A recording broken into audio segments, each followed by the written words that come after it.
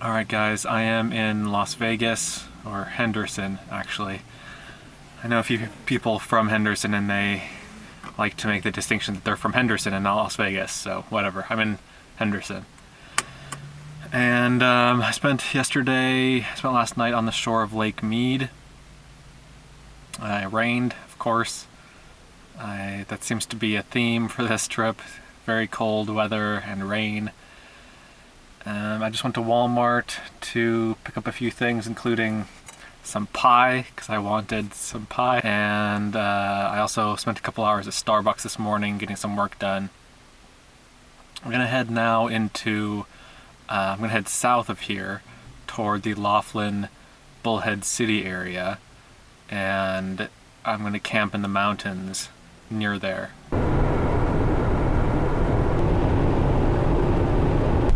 So I turned off of the highway south of Las Vegas onto this huge dirt road. And I'm heading toward Christmas Tree Pass, which is the pass right there, I believe. I don't know if I'll go all the way there or if I'll camp before I get there. We'll see.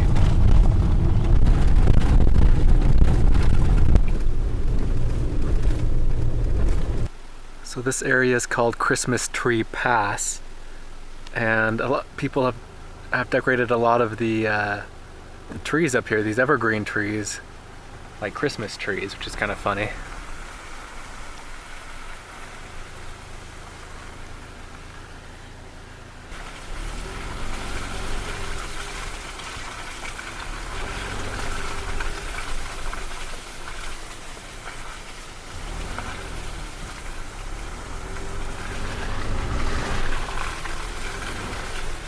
So this is the actual pass. This is Christmas Tree Pass.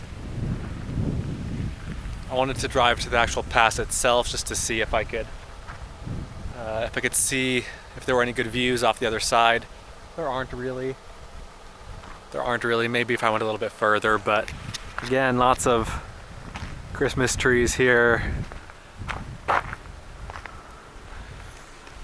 not a huge fan of people doing stuff like that out in the wilderness, but I can see why they do it here, and it's kind of funny, it's kind of cute. I passed several different campsites on the way up here. I could camp up here at the pass itself, but there was one campsite in particular that was pretty cool at the base of some really neat rocks that I think I'll go back to and camp at.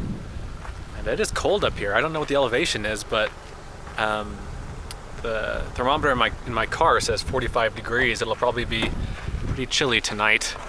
Alright, I made it to a pretty awesome campsite. I'll give you the 360 tour here. Check out these awesome cliffs behind me.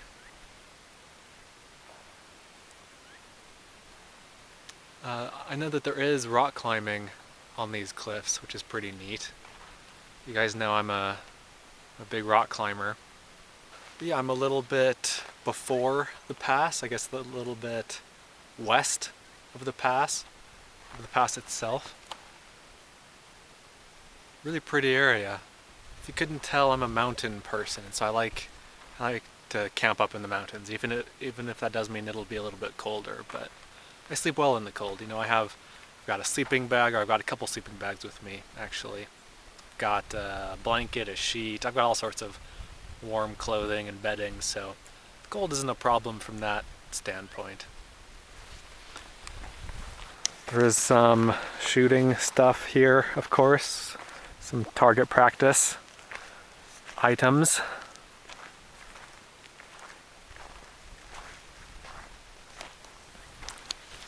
I've also heard some gunshots, so someone up here is doing some practice shooting, I assume. Earlier today after Walmart, I said that I was going to go to come straight here, but I went to the library instead. And I spent some time getting some work done there.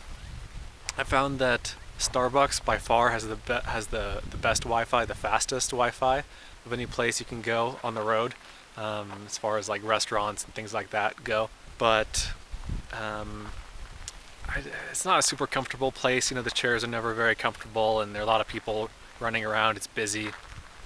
Some people are into that. That's not really my thing. So I usually go to the library after I do my video uploading and the work online that I need a faster internet connection for. And usually the internet at the library is still fast enough to watch videos and stuff, but just not quite fast enough to upload a video. I've also found that the library Wi-Fi will time out, or your session will end after maybe an hour and a half, a couple hours. Not at all libraries, but at some libraries that'll happen. And I've never needed a library card to access the Wi-Fi at a library. Usually either there is no password, or it's on their website, or it's like, on the wall above the computers, or something like that. So here's my campsite. I am at the base of these cliffs, and there's this weird hole right here. No idea what this is, what purpose it serves, why it was dug, but it's a pretty good sized hole. It's very strange. So I like to keep track of all the different campsites that I stay at. And one way I do that is with an app like this. On Android it's called My GPS Coordinates. There are similar apps on or for iOS. And basically it just tells you your latitude and longitude. And so see, there are two sets of numbers. There's the decimal location, and then there's this other location with the degrees. I write down these numbers, I write down the degrees, and you can just enter those into Google Maps or Google Earth, and it'll show you exactly where that point is on the map, which is pretty neat. One new thing I've done on this trip is this basket. I got this basket for my passenger seat. And right now it's got my atlases in it, and then my this binder that has a bunch of information about my trip, some vitamins, and it's super handy. It's really nice to have a place where I can put things where it won't slide off onto the floor or go off onto the other side of the chair. I really like it. It's only I think it was like $5 or maybe $8 or $9 at Walmart. Not expensive, but very useful. So one interesting thing about this campsite is that I'm only about 10 miles from California in that direction, and I think even less than that, less than 10 miles from Arizona in that direction. So if you think of the state of Nevada, it's like a square on top with a triangle point. I'm getting very close to the point of the bottom of the triangle now, so states on either side are getting pretty close.